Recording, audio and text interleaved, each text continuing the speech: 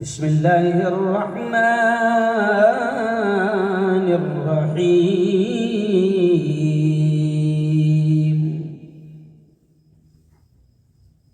يا أيها الناس اتقوا ربكم الذي خلقكم من نفس واحدة وخلق منها زوجها وبث منهما رجالا كثيرا ونساء واتقوا الله الذي تساءلون به والأرحام إن الله كان عليكم رقيبا.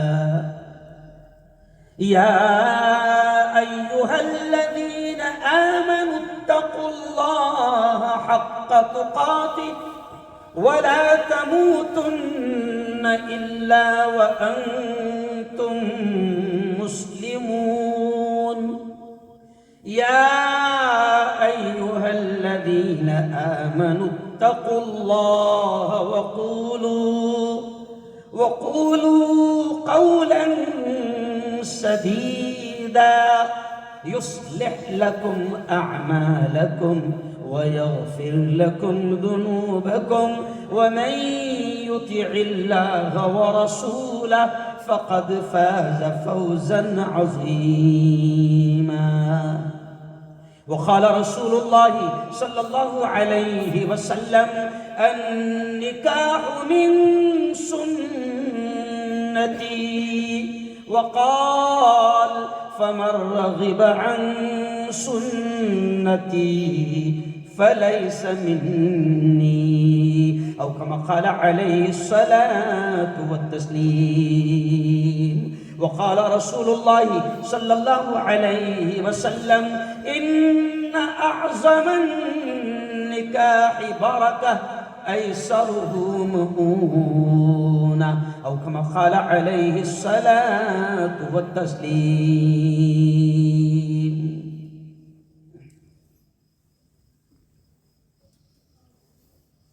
بڑا بدبخت ہے، اشعار پر دھیان دینا، بڑا بدبخت ہے برسوں وہ نیکی سے نہیں ملتا،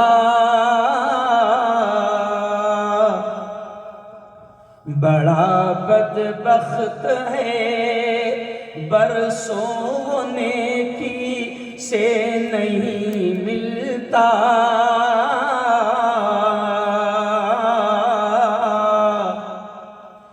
بہت نزدیک رہ کر بھی پڑوسی سے نہیں ملتا،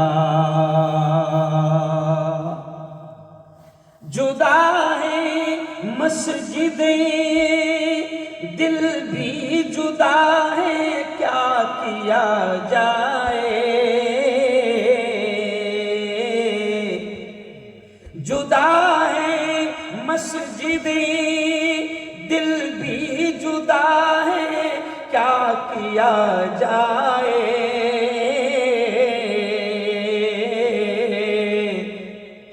محبت سے نمازی بھی نمازی سے نہیں ملتا،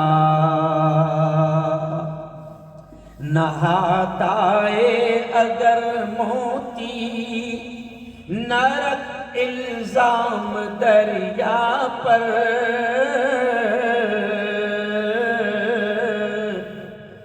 نہاتا ہے اگر موتی نہ رکھ الزام دریا پر،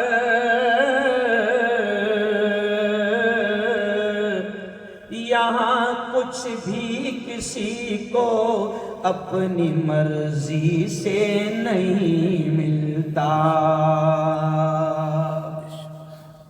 صدق اللہ العظیم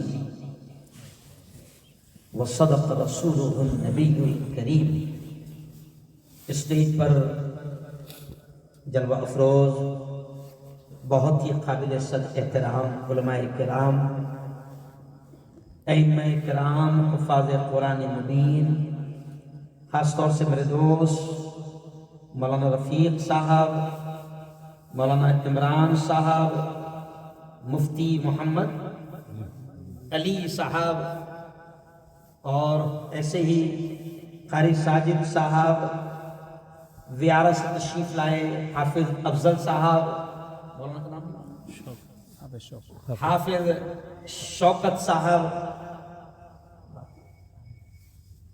عابد بھائی، اور ابرما کے میرے بہت ہی قابل صد احترام دوست۔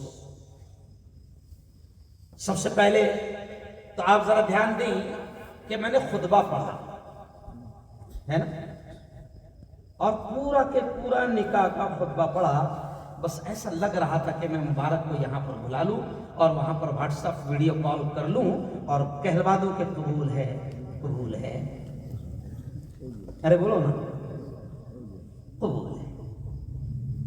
بات دیکھو میں کہاں سے شروع کر رہا ہوں۔ یقین مانو میں نے خطبہ نکاح پڑھا،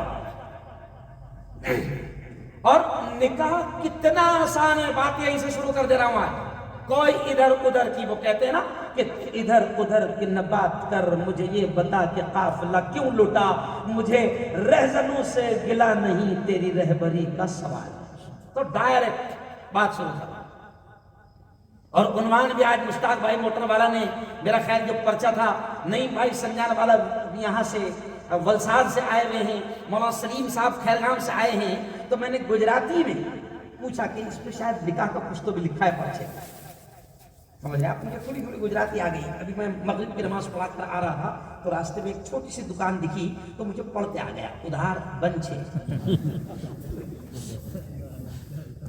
یہی ہے میرا خیال ہے، سمجھے؟ تو مجھے پتا چلا کہ نکاح کے تعلق سے کچھ لکھا ہے، تو میں نے کہا کہ نکاح ہی پر بات ہو جائے گی، اور یقین مانو مفتی صاحب آج جو اللہ کہلوائے گا نکاح کے تعلق سے کوئی کہتا نہیں ہے، اور اس پر بات ہوتی نہیں۔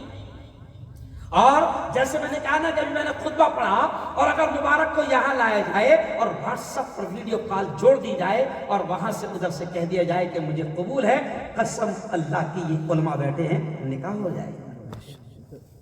اتنا آسان ہے شریعت میں نکاح، اتنا آسان ہے شریعت میں نکاح۔ میری بہنیں خاص طور سے یہاں سے میں بہت ساری باتیں بولوں گا، بہت غور سے سننا۔ اور دیکھو خطبے میں جو آخری آیت پڑھی جاتی ہے نا، مولانا پرابلم کیا ہے قاری صاحب کہ یہ لوگوں کو خطبے میں آیتیں پڑھی کیا جاتی ہے اس کا مطلب ہی نہیں معلوم۔ ہم اتنے نادان ہیں، اتنے جاہل ہیں کہ امام دعا مانگتا ہے اور وہ دعا میں عربی میں کہتا اے اللہ ہم بڑے مجرم ہیں، تو یہ پاگل بولتا آمین نہیں سمجھا، کیونکہ اس کو اتنا ہی معلوم ہے امام کی سانس ٹوٹی تجھے آمین کہنا نہیں سمجھا۔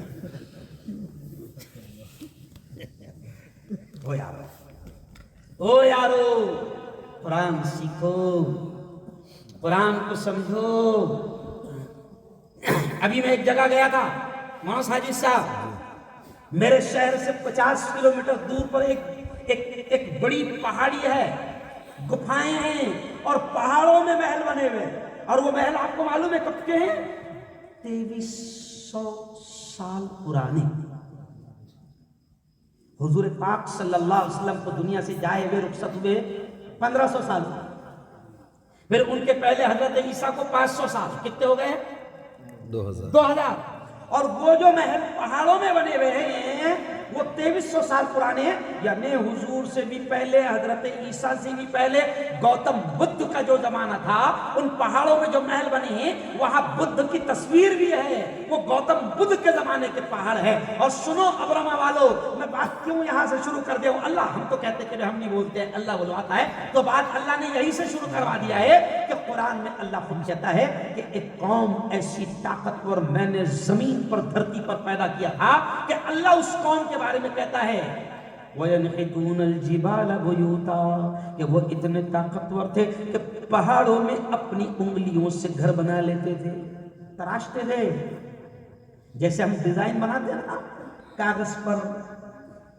کاغذ پر ہم اتنی خوبصورت ڈیزائن نہیں بنا سکتے ہیں جتنی وہ لوگ پتھروں پر بنایا کرتے تھے. قوم تھی بڑے طاقتور، دنیا کی سب سے خطرناک طاقتور قوم تھی، مگر جب اللہ کا عذاب آیا تو قرآن پڑھ کیوں نہیں؟ میں اپنے دیکھے نا، ہم لوگ 2 مرتبہ گئے اس جگہ. تو یہ کیوں کہہ رہا ہوں کہ ہم قرآن سمجھ نہیں پا رہے، ہم دھیان نہیں دے پا رہے. تو وہ جو جہاں بات نکلی کہ وہ جو جگہ ہے 50 سال 50 کلومیٹر ہمارے جلگاؤں سے 2300 سال پڑھائی، تو وہاں پر مولانا مسلمانوں کا گاؤں ہے فردہ پور اجنتا. تو وہاں پر پوری دنیا کے فورنر آتے ہیں، اور جو فورنر آتے ہیں اپنے ہندوستان میں وہ سیلفی کھینچانے نہیں آتے، نہیں لے سکتے. وہ تاج محل بھی آئے گا تو تاج محل کی دیوار کو ایسا زوم کر کے دیوار کا فوٹو لے گا اور پھر وہاں جا کے ریسرچ کرے گا اس میں کیا تھا. ہم جائیں گے نہیں سمجھا، ہم جائیں گے تو کیا کریں گے؟ سیلفی لیں گے. بلکہ ہم تو اتنے پاگل ہیں کہ پچھلی مرتبہ 3 سال پہلے ویڈیو وائرل ہوا تھا، ایک فوٹو وائرل ہوا تھا کہ ایک حاجی صاحب شیطان کو کنکری مار رہے ہیں اور وہاں بھی فوٹو کھینچ رہے ہیں شیطان کے ساتھ سیلفی وتھ شیطان. نہیں سمجھا؟ سیلفی وتھ شیطان. ارے بولو شیطان، فرق اتنا ہے کہ وہ بڑا میں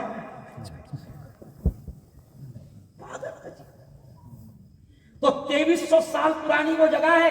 اور وہاں پر بات یہاں سے نکلے مولانا کہ وہاں پر اس گاؤں میں مسلمان ہیں، جتنی دنیا کے فورنر آتے ہیں، چائنا کے آتے ہیں، جاپان کے آتے ہیں، UK کے آتے ہیں، پوری دنیا کے آتے ہیں. مولانا کمال کی بات، جب میں گیا تو وہاں پر میں نے دیکھا مسلمانوں کے 15 14 سال کے بچے بہترین چائنیز بول رہے ہیں، بہترین جاپانیز بول رہے ہیں، بہترین انگلش بول رہے ہیں اور فورنرز کو گھما رہے ہیں. کیوں؟ ایک اور بزرگ ملے تو وہ بہترین انگلش بول رہے ہیں. تو میں نے بزرگ سے دھیرے سے پوچھا، چاچا کالج میں کتنا پڑھے ہیں؟ کہا کہ بیٹا 4تھی پاس ہوں. کتنا پاس ہوں؟ 4تھی پاس. اب دیکھو میں کچھ سمجھانا چاہ رہا ہوں، بہت پیاری بات اللہ نے ذہن میں ڈال دیا. میں 4تھی پاس ہوں اور یہ 12 15 سال کے بچے جو بہترین جاپانیز اور چائنیز اور انگلش بول رہے ہیں اور انگریزوں کو اور جاپانیوں کو گھما رہے ہیں اور بے وقوف نہیں سمجھا بنا رہے ہیں. کہا کہ یہ کوئی بھی پڑھا لکھا نہیں ہے اور ہم کو کچھ پڑھنے کی ضرورت نہیں ہے. ہم لوگ یہیں پر اتنا پیسہ کما لیتے ہیں، ہم نے جاپانیز بھی سیکھ لیا، انگلش بھی سیکھ لیا، ہم 4تھی پاس ہے. تو میں نے کہا، پھر میرے ذہن میں وہ جملہ آیا کہ چاچا آپ کو عربی آتی ہے؟ قرآن سمجھتا ہے؟ نہیں. اب جملہ سنو میں کیا کہنا چاہ رہا ہوں. اور میرے یارو، ہم کو انگلش بولنا نہیں آتی تھی مگر UK جانا ضروری تھا، فائل رکھ دیا تھا، تو اب اس جاہل نے انگلش سیکھ لیا. سچی بات، ہم کو جاپانیز نہیں آتی تھی مگر ہم کو جانا ہے جاپان اور وہاں جاب کرنا ہے، ورک ویزا پر بھی جانا ہے. تو پتہ چلا کہ جاپانیز سیکھنا تو پڑے گی. تو اس جاہل نے جاپانیز بھی سیکھ لیا. کیوں؟ منگولیا کی بھی سیکھ لیا ہے نا، ریڈ پاسپورٹ بھی، ارے بولو نا بھائی، لے لیا. تو اللہ کے بندو، دنیا حاصل کرنے کے لیے دنیا کی ہر زبان سیکھنے کو تیار. بہت بڑا احساس دلانے کی کوشش. دنیا حاصل کرنے کے لیے جاپانی سیکھ رہے ہو، انگلش سیکھ رہے ہو، فرینچ سیکھ رہے ہو، دنیا کی ساری زبانیں سیکھ رہے ہو. وہاں جا کر آپ کام کر رہے ہو، وہاں آپ کو رہنا ہے، وہاں آپ کو شادی بیاہ کرنا ہے، وہاں بزنس کرنا ہے، وہاں کاروبار کرنا ہے. آپ نے یہاں پر اسکول نہیں پڑھا، آپ BA نہیں ہوئے، آپ MCOM نہیں ہوئے، آپ نے اسکول اور کالج میں نہیں گئے، مگر آپ دنیا کی بہترین انگلش بولنا سیکھ رہے ہو کیونکہ آپ کو وہاں جانا ہے اور وہاں سے فائدہ اٹھانا ہے. مگر افسوس کہ مسلمان اللہ کی کتاب کو سمجھنے کے لیے عربی سیکھنے کو تیار ہے. ہم نے قرآن کو کیا کیا مولانا؟ قرآن کو ہم نے صرف ثواب کی کتاب سمجھ لیا. کیوں؟ ابا مرے تو 40 پیپر پڑھ کر بخشنا ہے. برسی آئے گی، سال ختم ہوگا امی جان کا، تو پھر قرآن پڑھ کر بخشتائیں اور محلے کی عورتوں کو جمع کر کے قرآن خوانی کروانی ہے۔ اور یارو قرآن اس لیے نہیں آیا تھا، اس لیے تو بچپن میں ہم جب چھوٹے چھوٹے تھے نا مولانا قاری صاحب، تو اس وقت ایک نظم پڑھی جاتی تھی قرآن کے بارے میں کہ قرآن فریاد کر رہا ہے، قرآن اپنی شکایت کر رہا ہے، اپنے بارے میں قرآن کیا کہہ رہا ہے سنو، بڑے عجیب اشعار ہے، یاد آ گیا اور بات نکل گئی تو کہہ رہا ہوں۔ قرآن کی فریاد، قرآن کہتا تھا طاقوں میں سجایا جاتا ہوں، طاقوں میں سجایا جاتا ہوں، تعویذ بنایا جاتا ہوں، طاقوں میں سجایا جاتا ہوں، تعویذ بنایا جاتا ہوں۔ ابھی دیکھو آپ قرآن ہاتھ میں لیں گے نا تو قرآن سے ہر بندے کو عشق ہے، وہ ہاتھ میں لے گا، آنکھوں سے لگائے گا تو کیا کہہ رہا ہے قرآن؟ اپنا درد بیان کر رہا ہے، اپنا درد قرآن کہہ رہا ہے کہ میرا حال تم نے کیا کر دیا۔ تو قرآن کیا کہہ رہا ہے؟ طاقوں میں سجایا جاتا ہوں، آنکھوں سے لگایا جاتا ہوں، طاقوں میں سجایا جاتا ہوں، آنکھوں سے لگایا جاتا ہوں، تعویذ بنایا جاتا ہوں، دھو دھو کے پلایا جاتا ہوں۔ عجیب چیز۔ اور پھر اگلا شعر دیکھیں آپ، جس طرح طوطا مینا کو کچھ بول سکھائے جاتے ہیں۔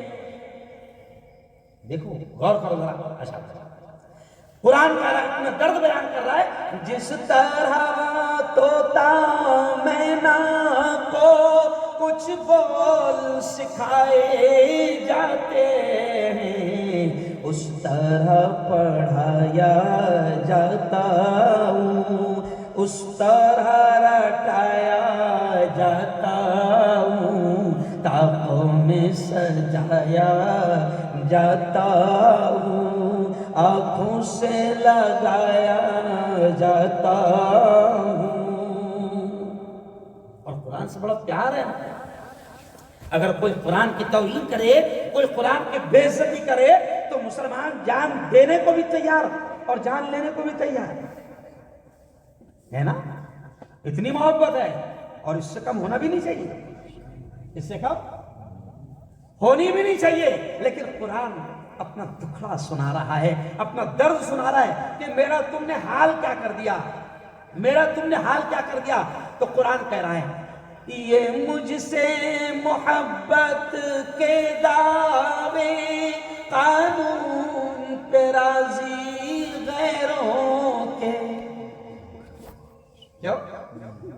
قرآن کہہ رہا ہے یہ مجھ سے عقیدت کے دعوے، یہ مجھ سے محبت کے دعوے قانون پہ راضی غیروں کے، یوں بھی مجھے رسوا کرتے ہیں، ایسے بھی ستایا جاتا ہوں، یوں بھی مجھے رسوا کرتے ہیں، ایسے بھی ستایا جاتا ہوں، تعویذ بنایا جاتا ہوں، دھو دھو کے پلایا جاتا ہوں۔ یعنی قرآن کو ہم سمجھ ہی نہیں رہے۔ اور یہ بات کہاں سے نکلی کہ میں نے خطبے کی آیتیں پڑھا، تینوں آیتیں جب نکاح ہوگا نا مشتاق بھائی 12 تاریخ کو، تو یاد رکھنا یہی آیتیں قاضی پڑھے گا، 12 یہی آیتیں پڑھے گا۔ لیکن کیا کریں، نہ سننے والوں کو اس کا مطلب معلوم۔ اب اس میں جو آخری آیت ہے نا، جو میں اصل سمجھانا چاہتا ہوں کہ آخری آیت میں اللہ کیا کہہ رہا ہے؟ آپ سے بھی کہہ رہا ہے، مجھ سے بھی کہہ رہا ہے، تقریر کرنے والوں سے بھی کہہ رہا ہے، مفتیوں سے بھی کہہ رہا ہے۔ اللہ کہہ رہا ہے، کیا کہہ رہا ہے اللہ؟ یا ایھا الذین آمنوا اتقوا اللہ وقولوا قولا سدیدا۔ بڑے عجیب بات، اللہ ہم سے بھی کہہ رہا ہے اور آپ سے بھی کہہ رہا ہے، جتنی عورتیں سن رہی ہیں اللہ ان سے بھی کہہ رہا ہے، کیا کہہ رہا ہے اللہ؟ یا ایھا الذین آمنوا، اے وہ لوگ جو ایمان لے آئے، یعنی اللہ مسلمان مردوں سے کہہ رہا ہے، اللہ مسلمان عورتوں سے کہہ رہا ہے، اور ہر اس مرد سے جو ایمان لایا ہے، ہر اس عورت سے جو ایمان لائی ہے، اللہ سب سے کہہ رہا ہے، چاہے وہ ڈاکٹر ہو، چاہے وہ انجینئر ہو، چاہے وہ ٹیچر ہو، چاہے وہ مزدور ہو، چاہے وہ آفیسر ہو، چاہے وہ کلکٹر ہو، چاہے وہ امام ہو، چاہے وہ مفتی ہو، چاہے وہ مقرر ہو، چاہے وہ واعظ نصیحت کرنے والا ہو، اللہ سب سے کہہ رہا ہے، کیا کہہ رہا ہے؟ اے ایمان والو، اللہ سے ڈرو، اللہ سے ڈرو جس طرح اس سے ڈرنے کا حق ہے۔ اور پھر آگے اللہ کہہ رہا ہے وَقُولُوا قَوْلًا سَدِيدًا، او میرے بندو، او میری بندیو، جب بھی بات کرو تو سچی پکی راستی کی بات کرو، سچی بات کرو، بچکو مت سچی بات کرنے میں، ڈرو مت سچی بات کرنے میں، گھبراؤ مت سچی بات کرنے میں، بالکل کھل کر رکھ دو ساری چیزیں۔ کیوں؟ اور نبی کو بھی حکم ہوا کہ کھول کر رکھ دو میرا پیغام۔ اللہ نے حکم دیا اے محمد میرے پیغام کو پہنچا دے، تیرا کام پہنچانا، تیرا کام کیا ہے؟ پہنچانا، منوانا تیرا کام ہے نا۔ کبھی کبھی حضور بھی بہت ٹینشن لیتے تھے، یار اتنا سمجھا رہا ہوں، اتنا سمجھا رہا ہوں، پھر بھی یہ قوم مانتی نہیں، پھر بھی یہ قوم مانتی نہیں، بڑے ٹینشن لیتے تھے حضور کبھی کبھی۔ تو اللہ نے اسپیشل آیت اتاری، اے محمد تیرا کام پہنچانا ہے، لعلک باخع نفسک، اے محمد کیا تو ٹینشن میں اپنی جان کو نقصان پہنچائے گا؟ تو ٹینشن مت لے، تو پہنچا دے۔ ہدایت دینا میرا کام ہے، منوانا میرا کام ہے، وہ تیرا کام؟ ارے بولا نہیں ہے نا۔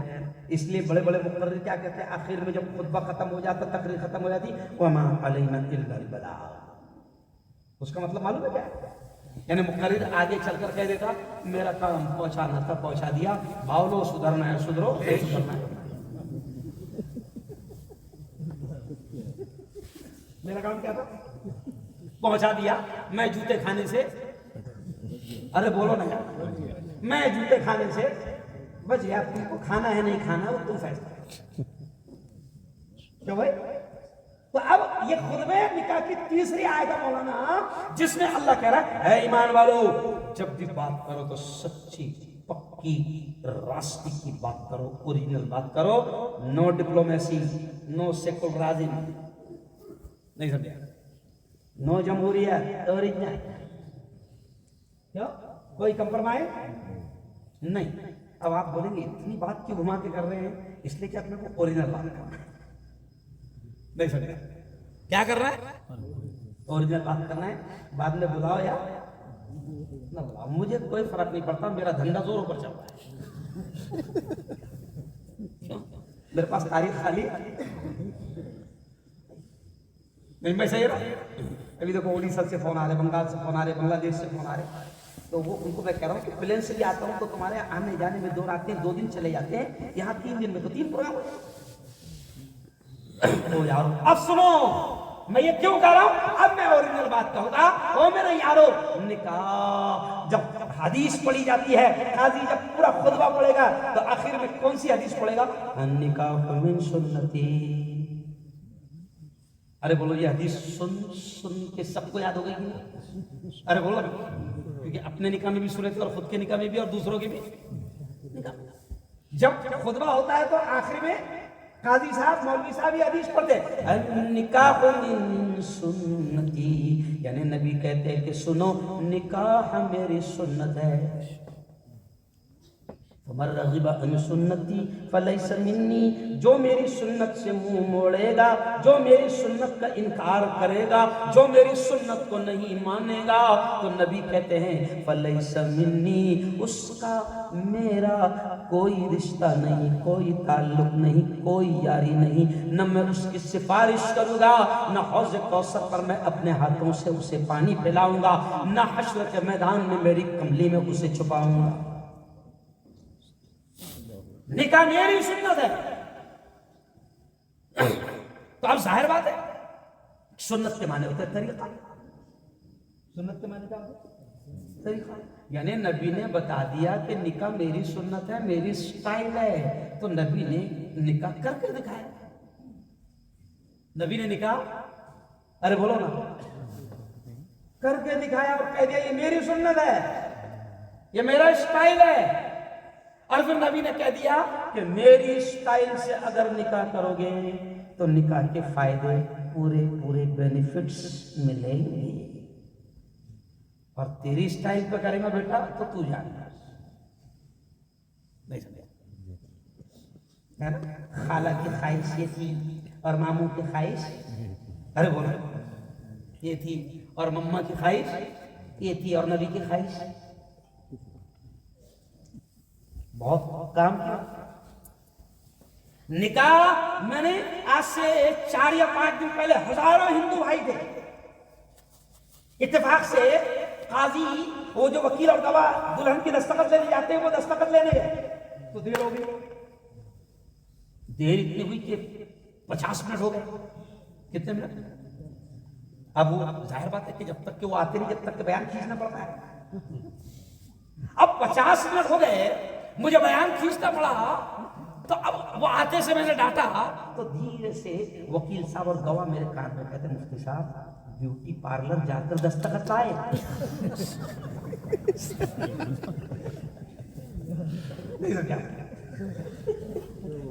کہاں جا کر لائے؟ سمجھ گیا؟ کہاں جا کر لائے؟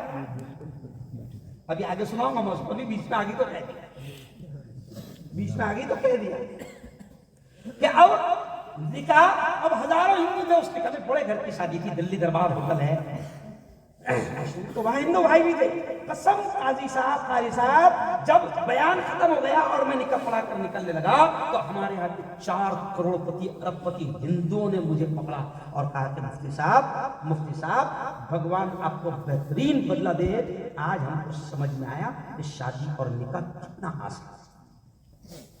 ہندو بھائی کہہ رہے، کون کہہ رہے؟ ہندو بھائی کہہ رہے کہ شادی اور نکاح کتنا بہت آسان۔ میں نے اس بیان میں کہا کہ دیکھو پیارے نبی نے 3 مرتبہ کہا، ادھر دیکھو، اب بہت پیاری بات کر رہا ہوں، پیارے نبی نے 3 مرتبہ کہا نکاح کو اتنا آسان کرو، نکاح کو اتنا آسان کرو، نکاح کو اتنا آسان کرو کہ زنا مشکل ہو جائے، بدکاری مشکل ہو جائے، حرام کاری مشکل ہو جائے۔ نکاح کو اتنا آسان کر دو، اتنا آسان کر دو کہ مسلمان جوان زنا کی طرف قدم بڑھانے سے پہلے، حرام کاری کی طرف قدم بڑھانے سے پہلے وہ یہ سوچنے پر مجبور ہو جائے کہ میں زنا کیوں کروں، میں جس نبی کو مانتا ہوں، جس دین کو مانتا ہوں، اس میں نکاح بہت آسان ہے، میں کیوں کروں زنا؟ تو نبی نے 3 مرتبہ کہا، میری بہنوں تم بھی سن لو، نبی نے 3 مرتبہ کہا کہ نکاح کو آسان۔ آج کیا ہو رہا ہے کہ یہ زنا، یہ حرام کاری، یہ بدکاری، یہ جو معصوم چھوٹی چھوٹی بچیوں کا ریپ جو ہو رہا ہے، ہندو بھائی ایک دم ان کی آنکھوں میں سے آنسو جاری ہو گئے۔ میں نے ہندوؤں سے بھی کہا، میری بہنوں سے بھی کہا کہ اگر اس ملک سے تم ریپ کو ختم کرنا چاہتے ہو، زنا کو ختم کرنا چاہتے ہو، اپنی بیٹیوں کی سرکشا، اپنی بیٹیوں کی حفاظت چاہتے ہو، تو میں نے ہندوؤں سے بھی کہا کہ شادیوں کو آسان کرو، کیونکہ ان کے یہاں بھی شادی بہت مشکل ہے نا۔ آج آپ دیکھو کہ ملک میں حال یہ ہو گیا، مجھے مائک پہ کہتے ہوئے شرم آ رہی ہے، لیکن جب میں چینل پر کبھی کبھی ایسی خبر آتی ہے تو چینل پر جب میں کیمرے کے سامنے بیٹھتا ہوں تو میری آنکھوں سے آنسو آ جاتے ہیں جب میں خبر پڑھتا ہوں کہ میرے پیارے ملک میں 3 سال کی بیٹی کا ریپ ہوا اور اسے مار دیا۔ کہاں جا رہا ہے ملک؟ اور یہ بات صرف ہندو بھائیوں کے لیے نہیں، میں ہندوستان کا سچا پریمی ہوں، میں دیش کا، بھارت کا سچا ناگرک ہوں، سچا پریمی ہوں۔ میں چاہتا ہوں کہ میری سیتا بہن، میری گیتا بہن، میری سنیتا بہن وہ بھی محفوظ رہے۔ ہم یہ چاہتے ہیں کہ ہر دھرم کی ماننے والی ہماری مسلم بیٹی ہو، دلت بیٹی ہو، بودھ بیٹی ہو، برہمن بیٹی ہو، جین بیٹی ہو، ہماری ساری بچیاں میرے دیش میں محفوظ رہے۔ اور 1500 سال پہلے میرے نبی نے کہہ دیا تھا کہ اگر اپنی بیٹیوں کو بچانا چاہتے ہو اور اپنے بچوں کو زنا، حرام کاری اور بدکاری سے بچانا چاہتے ہو تو 1500 سال پہلے ہمارے نبی نے کہا تھا کہ نکاح کو آسان ہے۔ 1500 سال پہلے کہا ہے، ہم سمجھ ہی نہیں پا رہے۔ آج آپ دیکھو مولا، نکاح مشکل ہونے کی وجہ سے زنا کیا ہو گیا؟ آسان ہو گیا ایک دم۔ میں بیچ میں کہیں تو نہیں آیا تھا ادھر چکلی اکلی میں، تو اس وقت 31 پر میں آیا تھا، اور ابھی اس بار میں ناگپور کے طرف تھا، 31 کو میرا پروگرام تھا۔ تو 31 کو میں نے یہ کہا کہ 31 نائٹ ہیپی نیو ایئر جو مسلمان بھی بنا رہے ہیں، ہندو بھی بنا رہے ہیں۔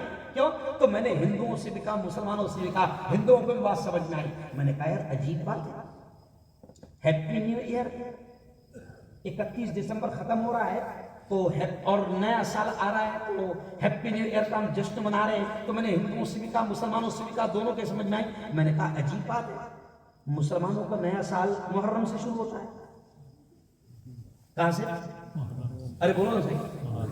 اور ہندو بھائیوں کا گڑی پاڑوا سے، ان کا تہوار ہوتا ہے گڑی پاڑوا۔ تو میں نے کہا ہندو بھائیوں کا تہوار گڑی پاڑوا سے شروع ہوتا ہے نیا سال، مسلمانوں کا محرم سے شروع ہوتا ہے۔ اور عجیب پاگل ہے ہم لوگ کہ ہم دونوں کے باپ دادا نے مل کر بڑی مصیبت سے جن انگریزوں کو بھگا ہے، ہم ان کا منا رہے ہیں۔ نہیں سمجھا؟ نہ تیرا نہ میرا منا رہے، تیسرے نہ تیرا۔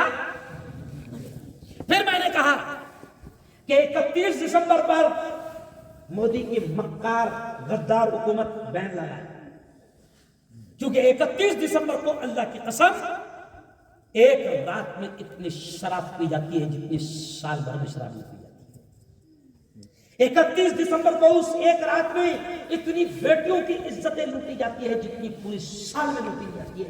31 دسمبر کو ایک رات میں اتنا زنا ہوتا ہے جتنا پورے سال میں نہیں ہوتا ہے۔ اور آج سے 3 سال پہلے، غالباً کورونا سے پہلے، 31 دسمبر کو میرا دمن میں بیان تھا، تو دمن میں نے دیکھا کہ سمندر کے کنارے عصر کے بعد جب میں گیا تو ڈی جے لگ رہے ہیں، شراب کی دکانیں سج رہی ہے، ولساڑ، سورت، ادھر سے بامبے، چاروں دھانو، سب طرف سے ہزاروں لوگ وہاں پر سمندر کے کنارے پر آئے۔ تو پتہ چلا کیوں آئے؟ کیونکہ 31 دسمبر کا جشن منانا ہے۔ اب شراب کا دور چل رہا ہے، ناچ گانے کا دور چل رہا ہے، سمندر کے کنارے زنا ہو رہا ہے۔ اب رات کو ایسے ہی ٹائم میں میرا بیان تھا، اس وقت میں نے مولانا ایک جملہ کہا کہ یاد رکھو او انسانوں، یاد رکھو تم اللہ سے بغاوت کر رہے ہو، اللہ سے بغاوت کر رہے ہو۔ یہ جو سمندر کی موجیں ہیں نا، جو ایک کنارے پر آ کر دم توڑ رہی ہے، یہ سمندر کی موجیں بھی اللہ کے اشارے پر چلتی ہے۔ اگر اللہ نے ناراض ہو کر تمہارے شراب سے، تمہارے زنا سے، تمہاری حرام کاری سے، تمہارے ناچ گانے سے، اگر اللہ نے ناراض ہو کر سمندر کی لہروں کو صرف اتنا کہہ دیا کہ تھوڑا آگے بڑھ جاؤ، سونامی آ جائے، سب کے سب صالح تباہ ہو گئے۔ سمجھ نہیں پا رہا انسان بغاوت کر رہا ہے۔ کیوں؟ کیا دنیا نے دیکھا نہیں سونامی اس سے پہلے؟ سب کچھ اس کے ہاتھ میں ہے۔ وہ اگر سمندر کی لہروں سے کہہ دیں کہ تم یہاں دم توڑتے ہو نا برسوں سے، آج تھوڑا سا 1 کلومیٹر آگے بڑھے، سب سے سب تباہ ہو جائے، پورا کے پورا گاؤں ختم ہو جائے۔ معمولی چیز نہیں ہے۔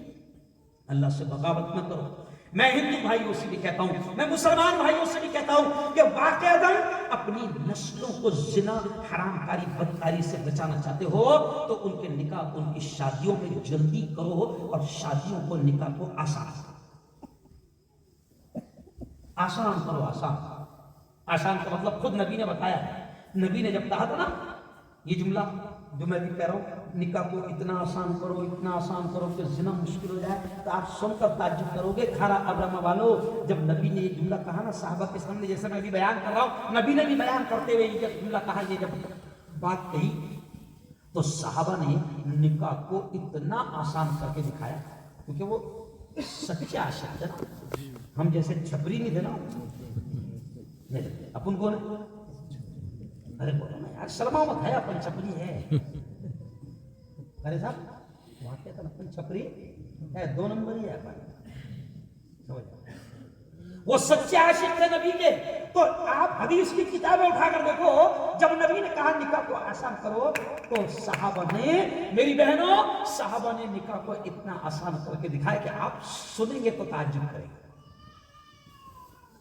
نبی کے ساتھی کا نکاح ہو رہا ہے مدینہ میں، اور نبی کو بھی خبر ہے۔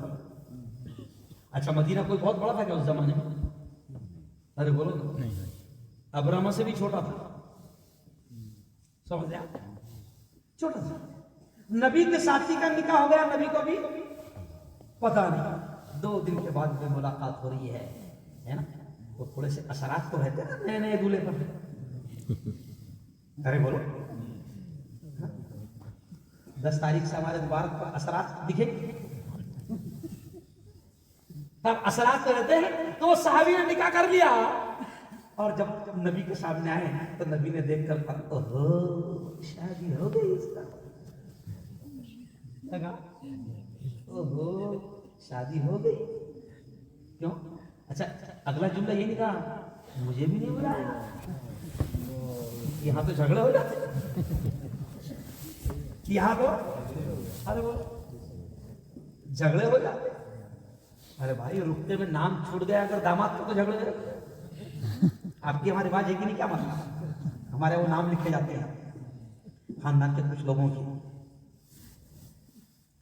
نبی نے کہا شادی ہو گئی، نکاح ہو گیا، کہ ہاں آپ ہی نے تو کہا تھا نکاح کو آسان کرو، اتنا آسان ہے کہ آپ کو بھی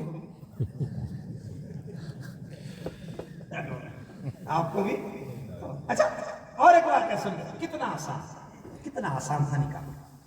ایک صحابی حضور کے پاس میں، حضور نکاح کرنا چاہتا ہے، کیا کہا؟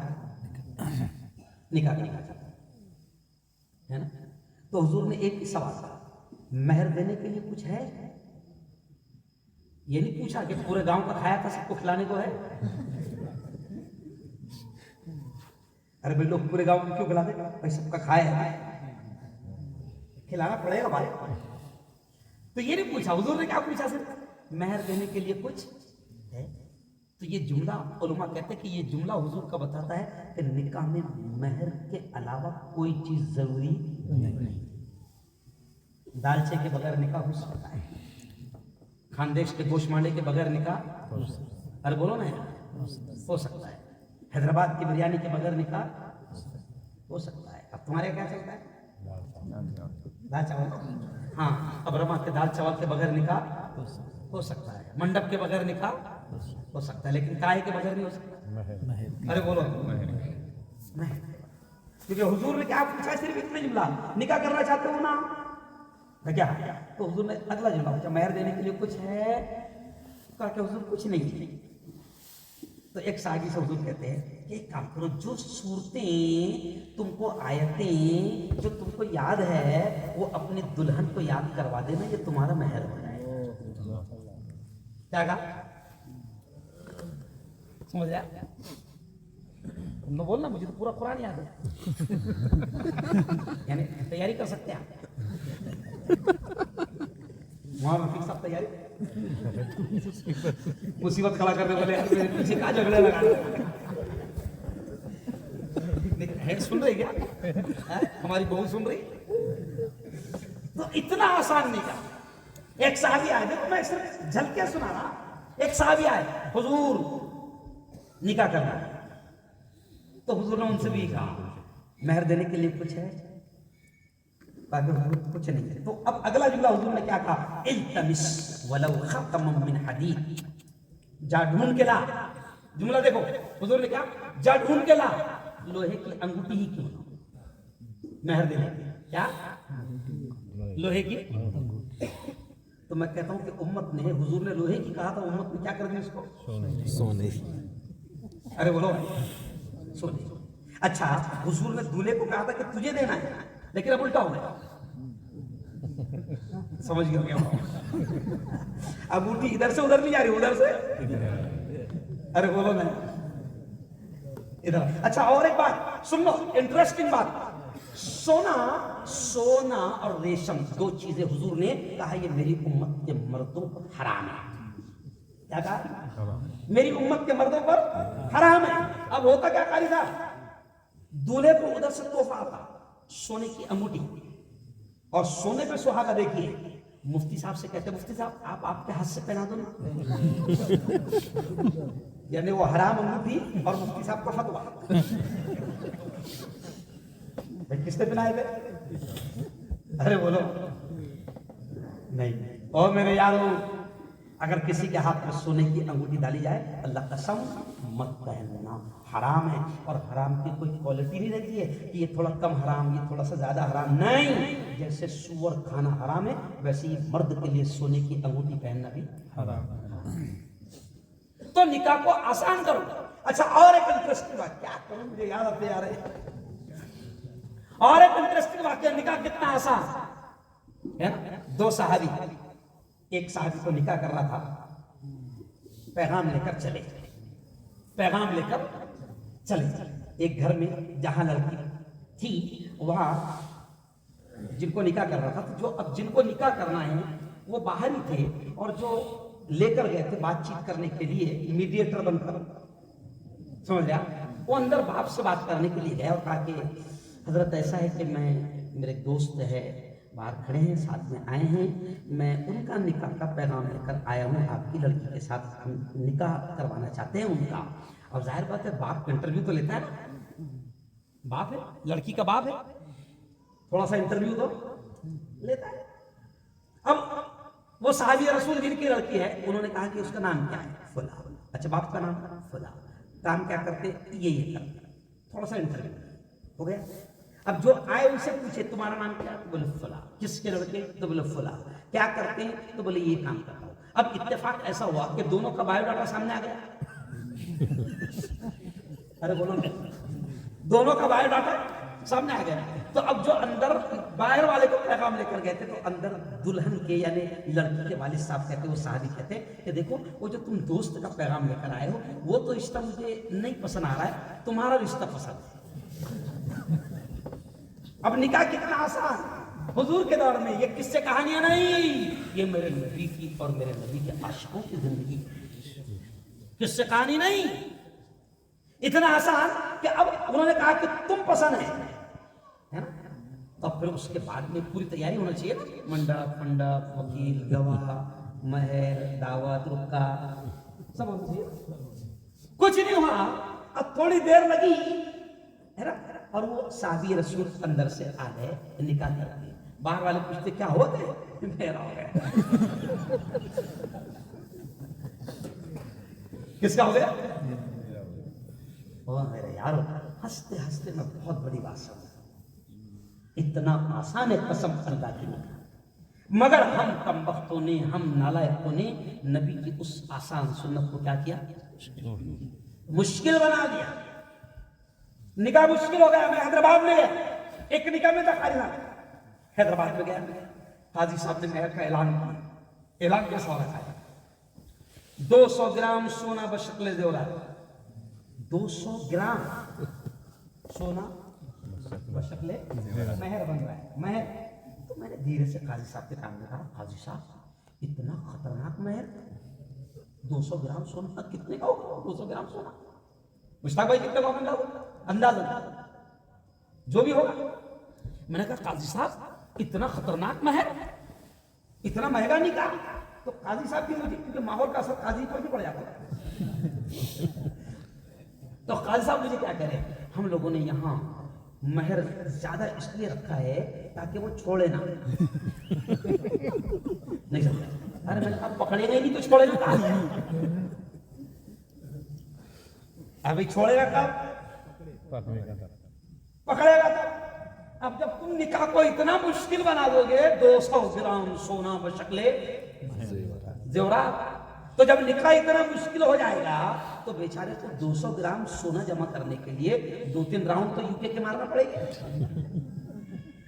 ارے بولو نہیں میرے یار، اللہ کی قسم ہم نبی کے ساتھ بھی کھلواڑ کر رہے ہیں اور اپنی خود کی زندگی کے ساتھ بھی کھلواڑ کر رہے ہیں. نکاح کو آسان بناؤ، بہت آسان ہے نکاح، بہت آسان ہے نکاح. اور یہ بھی سن لو اللہ کیا کہہ رہا ہے مرد سے بھی عورت سے بھی نکاح کے بارے میں. نکاح کا فائدہ سنو، نکاح کا فائدہ اللہ کہہ رہا ہے مردوں سے بھی عورتوں سے بھی کہ نکاح تمہارے لیے بہترین سکون کا ذریعہ ہے. مرد کے لیے بھی عورت کے لیے بھی نکاح سکون کا ذریعہ ہے. مرد کو بھی سکون ملے گا، عورت کو بھی سکون ملے گا، سچا سکون ملے گا، حقیقی سکون ملے گا. قرآن کیا کیوں؟ اب کبھی کبھی کیا ہوتا ہے صاحب کہ ہم لوگ ایسی میرا نکاح میں بیان ہوتا تو ایسی میں نے سکون پر بیان کرا کہ نکاح سے مرد کی عورت زندگی میں سکون، عورت کی زندگی میں سکون. اب 3 مہینے کے بعد میں جس کا نکاح پڑھایا تھا وہ مجھے ملا، مفتی صاحب بیان تو بہت اچھا کرے، بیان تو بہت اچھا کرے تھے، نکاح سکون کا ذریعہ ہے. سارا سکون ختم ہو گیا اللہ کی قسم. کیا ہوا؟ سارا سکون ختم ہو گیا. تو پھر میں نے بھی اسی انداز میں جواب دیا. میں نے کہا تو جھوٹا، تیرا باپ جھوٹا، تیرا پورا خاندان جھوٹا. میرے نبی کی بات جھوٹی نہیں ہو سکتی، میرے اللہ کی بات زور سے بولو جھوٹی نہیں ہو سکتی. اب جب میرا اللہ کہہ رہا ہے کہ نکاح سکون کا ذریعہ ہے، میرا نبی کہہ رہا ہے کہ نکاح سکون کا ذریعہ ہے، اور 3 مہینے کے بعد تو کہہ رہا ہے کہ سکون اڑ گیا ہے، تو میں نے کہا تو یاد کر ذرا، میرے اللہ کی بات جھوٹی نہیں ہو سکتی، میرے نبی کی بات جھوٹی نہیں ہو سکتی. تو یاد کر، اگر تیرا سکون ختم ہو گیا ہے تو تو یاد کر کہ تو نے پیٹھی کیسے کھیلا تھا. نہیں سمجھا؟ تو یاد کر کہ تو نے ڈی جے کیسا بجایا. تو یاد کر کہ تو نے گھر میں ناچ گانا کیسے کیا تھا. ایک نگاہ میں پڑھانے گیا دلہا نہیں آیا تھا، بارات آ رہی ہے، مطلب تھوڑی دیر 10-15 منٹ کے بعد میں بارات آئی ہے نا. بارات آئی تو اس میں کچھ تو بھی قوالی چل رہی تھی، گانا چل رہا تھا، وہ بھی تھا چل رہا تھا. آج تک مجھے وہ الفاظ یاد ہے. تو وہ جب بارات قریب آئی، ایسا منظر پہ قریب آ گئی تو وہ گاتے گاتے آ رہے تھے سب کے سب. تو اس میں وہ شاید الفاظ تھے ایک بار آجا آجا، ایک بار. اب دولہا آیا، میں نے دولہے کے سر پر ایسی ہاتھ رکھا جب بیٹھ گیا. میں نے کہا بیٹا اللہ کے فرشتے تیرا انتظار کر رہے ہیں اور وہ کہہ رہے تو صرف ایک بار آ جا. وہ کیا کہہ رہے تو صرف ایک بار آ جا. یہاں پر دیوس گئے. ارے بولو بھائی، اور میرے یار آج میں موڈ میں آ گیا، سمجھ رہا ہوں. انٹرسٹنگ بات پر کام کی بات ہنستے ہنستے سمجھا رہا ہوں. اور میری بہنوں اللہ کے واسطے اگر زندگی میں سکون چاہتے ہو، زندگی میں چین چاہتے ہو، اللہ کی قسم نکاح نبی کی سنت ہے. نبی کی سنت کو نبی کی سنت کے نبی کے طریقوں کے مطابق کرو. اللہ کی قسم دیکھو زندگی میں تمہارے بچوں کے کیسے سکون ہے. اچھا مجھے ہاتھ اٹھا کر بتاؤ، کیا کوئی چاہتا ہے کہ اس کے بیٹے کا برا ہو جائے؟ سچی بولی کوئی نہیں چاہتا. کیا کوئی چاہتا ہے کہ اس کی بیٹی کا برا ہو جائے؟ ارے بولو نا. اللہ کی قسم کوئی نہیں چاہتا کہ میرے بچوں کا برا ہو جائے. لاکھوں روپے آدمی خرچہ کرتا ہے بیٹی کی شادی میں، لاکھوں روپے آدمی خرچ کرتا ہے بیٹے کی شادی میں. کیوں؟ تاکہ ان کو بھی سکون ملے اور میرے گھر میں بھی بہو آئے تو سکون لے کر آئے، خیر لے کر آئے، عافیت لے کر آئے. کوئی نہیں چاہتا کہ گھر تباہ ہو. لیکن اللہ والے کہتے ہیں کہ جب تم چاہتے ہو کہ سکون ملے، لیکن تم نکاح کرتے وقت نبی کی ایک سنت کو ادا کرتے کرتے اتنے حرام کام کر لیتے ہو کہ اللہ اور اللہ کا رسول ناراض ہو جاتا ہے، اور پھر تم کو پتہ بھی نہیں چلتا تمہاری زندگی سے سکون ختم ہو جاتا ہے. مت کرو ایسی حرکت، ایک دم آسانی سے. آج مجھے خوشی ہے، میں نے دوستی کا حق ادا کیا کہ جب مشتاق بھائی موٹر والا میرا پرانا دوست ہے، جب میں 24-25 سال کا تھا جب میں نے گجرات میں انٹری مارا تھا. اس وقت سے مشتاق بھائی موٹر والا اور یہ پورے محمد بھائی جن کا انتقال ہو گیا, اقبال بھائی جن کا انتقال ہو گیا, یہ سب گاڑی لے کر جہاں بھی میرا بیان ہوتا تھا یہ پہنچ جاتے تھے. کیوں مشتاق بھائی؟ تو میں نے مشتاق بھائی سے کہا کہ 12 تاریخ کو میری طے ہے, میں آ نہیں سکتا, لیکن مشتاق بھائی میں آؤں گا ضرور, چاہے شادی کے پہلے ہو یا شادی کے. آج مشتاق بھائی آپ نے اتنا اچھا کام کیا کہ یہ جتنی باتیں آج اللہ نے کہلوائی, ایک آدمی کی عورتیں ہیں نا مردوں سے بھی زیادہ سمجھدار عورتیں ہوتی ہیں, وہ باتوں کو جلدی قبول کر لیتی ہیں. اور ماحول عام طور سے کہاں سے بگڑتا ہے؟ گھر سے. آدمی بہت نیک ہے, نمازی ہے, دیندار ہے, مفتی صاحب اس کو سمجھا رہے کہ بھائی دیکھ کیا رہے, ایسا مت کر, تو آدمی بیچارہ پریشان ہو کر اتنے جملہ کہتا کیا کر سکتے مولانا, مان نہیں رہی نا. تو میری بہنوں میں سب کا وکیل بن کے تم سے کہتا ہوں کہ مان جاؤ نا. نہیں سمجھا؟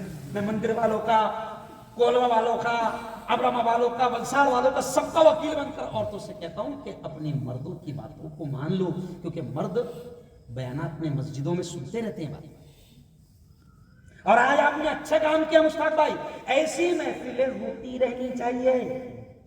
یہ اجتماع ہو رہا ہے ابھی بولسال ضلع میں, کیوں ہوتے یہ اجتماع؟ یہ لاکھوں روپے کیوں خرچ کیے جاتے ہیں؟ کیوں خرچ کیے جاتے ہیں؟ اسی لیے خرچ کیے جاتے ہیں کہ اللہ کے بندے آئیں گے, اللہ کے رسول کی بات سنیں گے, تو نہیں معلوم اللہ کس کے دل میں بات ڈال جائے. اردن ملک ہے نا, اردن آپ کو معلوم ہے, اردن میں اللہ نے دعوت کی محنت کو زندہ کیا تھا میرے استاد محترم علی میاں ندوی کے ایک بیان کے ذریعے. اور یہ بات بھی میں نے پرسوں سنا تبلیغی اجتماع, نظام الدین سے یا کئی کے بھی ذمہ دار آئے تھے, تو انہوں نے جب بیان میں بولے تو انہوں نے یہ واقعہ سنا مجھے دیکھ کر کہ یہ ندوی صاحب بیٹھے ہیں. مجھ سے کہا یہ ندوی صاحب بیٹھے ہیں, ان کے استاد جو میرے استاد تھے مولانا علی میاں ندوی, مجھے گرو ہے کہ میں اس عالم کا شاگرد ہوں جس کے ہاتھ میں کعبۃ اللہ کی چابی دی جاتی تھی. مجھے گرو ہے اس بات کا, اور انہی کے اسٹائل پر میں کام کر رہا ہوں. تو آج حق بات کہہ رہا ہوں, تو یہ جو اجتماعات ہوتے ہیں یہ اسی لیے ہوتے ہیں. مرد جاتے ہیں, لیکن سچی بتاؤ عورتوں کو بیانات سننے کا موقع نہیں ملتا. آج یہ بھی کام اچھا ہوا کہ عورتوں کو بھی آپ نے یہاں پر جمع کیا. میں آپ سے یہ بھی کہہ رہا ہوں کہ یارو یہ اللہ والوں نے جو دین کی محنت شروع کی ہے, خدا کے واسطے اس محنت کو آپ معمولی مت سمجھو. اگر تم کو اپنے گھروں کا ماحول سدھارنا ہے تو گھروں میں جس طرح بڑوں نے کہا کہ کتاب کی تعلیم ہونی چاہیے, کتاب کی تعلیم کرو. تم کو نہیں معلوم کہ اس کے اثرات کیا ہوتے ہیں. کتاب کی جب گھروں میں تعلیم ہوتی ہے, ایک حدیث ہی کیوں نہ ہو, ایک آیت ہی کیوں نہ ہو, عورتیں جب ہمارے گھر کی رات دن سنیں گی, نہیں معلوم اللہ دماغ میں کیا ہے. کیونکہ آج کل بچوں کے ہاتھ میں موبائل آ گیا, عورتوں کے ہاتھ میں موبائل آ گیا, ماں بھی موبائل پر کھیل رہی ہے, بچے بھی موبائل پر کھیل رہے ہیں. 6 مہینے کے بچوں کو رونا ہے تو فوراً ماں ان کے ہاتھ میں کیا دے رہی ہے؟ پورا ماحول جو ہے خراب ہو چکا ہے, بگڑ چکا ہے. اس لیے ہمارے بڑوں نے جو کہا تھا کہ گھروں میں کتاب کی تعلیم کو زندہ کرو, آپ کو نہیں معلوم کہ کتاب کی تعلیم کے کتنے پیارے اثرات ہوتے ہیں. آج تم نے کتاب کی تعلیم نہیں شروع کی ہے تو دشمنوں نے تو تمہارے گھر میں ناچ گانا شروع کر دیا نا. آج تم کو شکایت ہے کہ مسلمانوں کی بیٹیاں, ایمان والوں کی بیٹیاں غیروں کی زندگی میں جا رہی ہیں, شکایت ہے نا. میں آپ کو میرا درد سنا رہا ہوں کیونکہ میں جمعیت علماء کا صدر ہوں. میں کورٹ کچہریوں میں جاتا ہوں مہینے میں سے 10 15 دن, اور سبحان اللہ میرے پہ خود کا 18 کیس چل رہے ہیں الحمدللہ. نہیں سمجھا, لڑ رہے ہیں ہم لوگ, لڑ رہے ہیں قوم کے لیے, امت کے لیے. چینل پر کھلے عام دبنگ انداز میں ظلم کے خلاف, ظالموں کے خلاف اور ظالم حکومت کے خلاف چینل پر بھی لگاتار بول رہا ہوں. 3 مرتبہ چینل کو بند کیا جا چکا, پھر بھی لڑ رہا ہوں. کس لیے؟ آپ لوگوں کے لیے, پوری قوم کے لیے, ظلم کے خلاف, ظالموں کے خلاف. اس لیے میں آپ سے کہتا ہوں کہ شیطانوں نے تو ہمارے گھروں میں ان کا مدرسہ کھول دیا. ان کا مدرسہ کوئی بہت بڑا روم نہیں لگتا اس کو، دیوار پر چپک جاتا ہے، نہیں لگتا۔ ارے دشمنوں کا مدرسہ کیسا ہے؟ دیوار پر چپک جاتا ہے۔ حضور نے قیامت، میری بہنوں سنو، آج سے 1500 سال پہلے ہمارے آقا نے کہا تھا کہ ایک دور ایسا آئے گا کہ گھروں گھر، ہر گھر میں عورتیں ناچیں گی۔ مولانا سمجھ میں نہیں آتا تھا کہ اتنا کیسے برا دور آئے گا، سمجھ میں نہیں آتا تھا، لیکن میرے نبی کی بات ٹی وی نے سچ کر کے دکھا دیا کہ آج اتنا اسکرین ہے آپ کے گھر میں لگا ہوا، چھوٹا سا ٹی وی کا اسکرین، اور اس پہ سینکڑوں عورتیں ایک ساتھ ناچ رہی ہیں، ناچ گانا ہو رہا ہے۔ نہیں میرے یہاں گھروں میں کتاب کی تعلیم زندہ۔ یہ جو آپ گشت ہے نا، گشت، اس کو معمولی عمل سمجھتے ہیں آپ؟ گشت والا کوئی آیا تو فوراً جوان بھاگ جاتے ہیں، ارے آؤ جماعت والے آؤ۔ نہیں، گشت ہوگا، بستیوں میں برکتیں آئیں۔ اللہ اللہ کے رسول کی بات لوگوں کو پکڑ پکڑ کر سناؤ گے، خیر اور برکتیں آپ کے محلوں میں، بستیوں میں آئیں۔ مسجدوں میں کتاب کی تعلیم ہوتی ہے، بیٹھو، گھروں میں کتاب کی تعلیم کو زندہ کرو، اور بس اب وہی 2 آیتیں جو خطبہ نکاح میں پڑھی جاتی ہے وہی سنا کر بات ختم کروں گا، کیونکہ مجھے 11 بجے یہاں سے نکلنا ہے، 1 بجے سورج سے ٹرین پکڑنی ہے۔ تو اب آخری آیت میں نے آپ کو کیا کہا؟ اللہ کہتا ہے اے ایمان والو، جب بھی بات کرو تو پکی مضبوط بات کرو، بے خوف ہو کر بات کرو۔ میں نے بے خوف ہو کر آپ کے سامنے بات رکھ دیا، ماننا نہیں ماننا وہ تمہارا۔ اور پہلی آیت جو پڑھی جاتی ہے خطبہ نکاح میں وہ کون سی؟ یا ایھا الناس، اے تمام انسانوں، اتقوا ربکم، کیا مطلب اس کا؟ ڈرو۔ اللہ کہہ رہا ہے اے تمام انسانوں، مسلمانوں نہیں کہا اللہ نے، کیا کہا؟ اے تمام انسانوں، سب سے اللہ کہہ رہا ہے اتقوا ربکم، ڈرو تمہارے اس رب سے، پروردگار سے، الذی خلقکم من نفس واحدہ، جس نے تم سب کو ایک جان سے پیدا کیا، یعنی وہ کوئی بھی دھرم کا ہو، کوئی بھی مذہب کا ہو، سب ایک جان سے پیدا ہوئے ہیں، سب کے باوا آدم اور سب کی ماں ارے بولو حوا۔ تو جس کو آنا ہے آ جاؤ اپنے اصلی پر، نہیں اوریجنل دین پر، تو یہ مطلب ہے اس کا۔ اور دوسری آیت بیچ میں کیا ہے؟ یا ایھا الذین آمنوا اتقوا اللہ حق تقاتہ ولا تموتن الا وانتم مسلمون۔ دوسری آیت کا مطلب ہوتا ہے، اللہ کہتا ہے اے ایمان والو، اللہ سے ڈرو، اللہ سے ڈرو، ایسا ڈرو جس طرح اس سے ڈرنے کا حق ہے۔ ہم ویسا نہیں ڈرتے، ڈرتے ضرور لیکن ویسا نہیں ڈرتے جیسا ڈرنے کا حق ارے وہ ہے۔ نوجوان موبائل لے کر رات میں 1 بجے گندی فلمیں دیکھ رہا ہے نا، اس کو کیا لگتا ہے میری ماں تھوڑی دیکھ رہی ہے، میرا باپ تھوڑی دیکھ رہا ہے، میرا بھائی تھوڑی دیکھ رہا ہے، میں تو اکیلا بیڈ روم میں ہوں، مجھے تو کوئی نہیں دیکھ رہا ہے۔ لیکن قسم اللہ کی، اگر اس کے دل میں یہ ڈر ہوتا کہ اللہ ہر جگہ موجود ہے، اگر اس کے دل میں یہ ڈر ہوتا اور وہ اللہ سے ایسا ڈرتا، تو بند کمرے میں بھی اس کو گناہ کے کام دیکھنے اور گناہ کی چیز کرنے میں ڈر لگتا۔ اور یہ آیت کہاں پڑھی جاتی ہے؟ اور اب آخری بات، اب ذرا سوچو کہ تینوں آیتوں میں ڈرو کا لفظ ہے، اے ایمان والو ڈرو ڈرو ڈرو، 3 آیتیں ہیں اور تینوں میں لفظ کیا ہے؟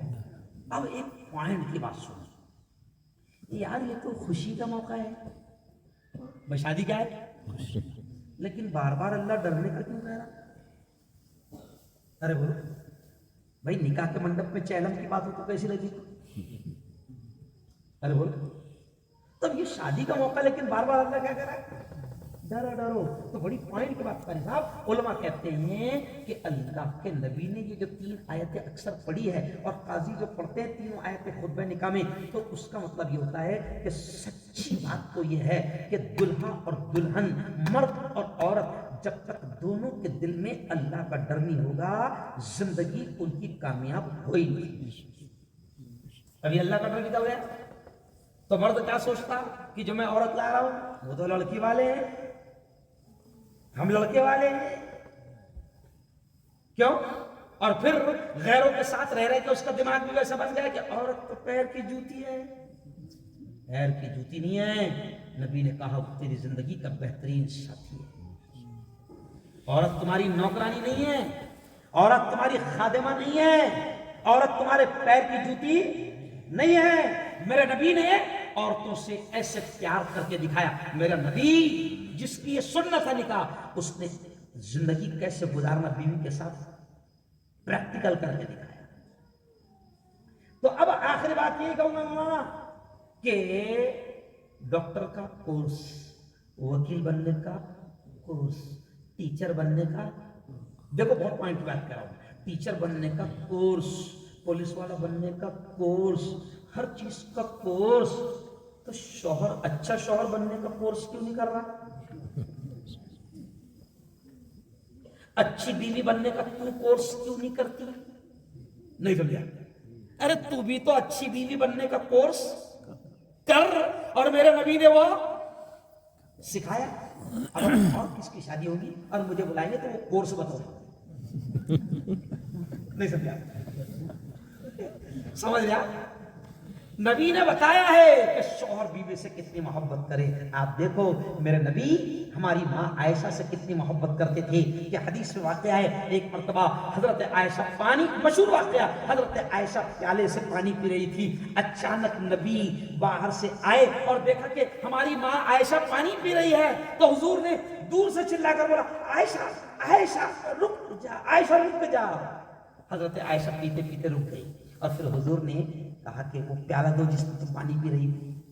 حضور نے خود وہ پیالہ ہاتھ میں سے لیا اور محبت دیکھو کر کے دکھایا نبی نے. پھر حضرت عائشہ سے کہتے حضور, حضرت عائشہ سے کہتے عائشہ اس پیالے سے تم پانی پی رہی تھی, یہ بتاؤ اس پیالے پر تمہارے ہونٹ کہاں تھے؟ صلی اللہ علیہ وسلم کر کے دکھایا میرے نبی نے پیار.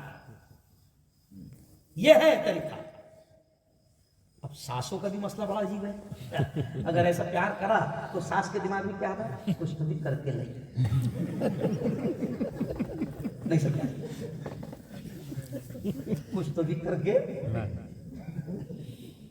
آپ افضل بول رہے گاڑی چھوٹ جائے گی. سمجھ رہے ہیں؟ تو ایسا دیکھو اچھے, ایسا کسی کی شادی ہوا کرے نا تو ایک دو دن پہلے میرا بیان کروا لیا کرو. اما ابا مر گئے تب بھی بیان, بہانہ ہونا چاہیے اچھے کام کے لیے. کیا ہونا؟ بہانہ.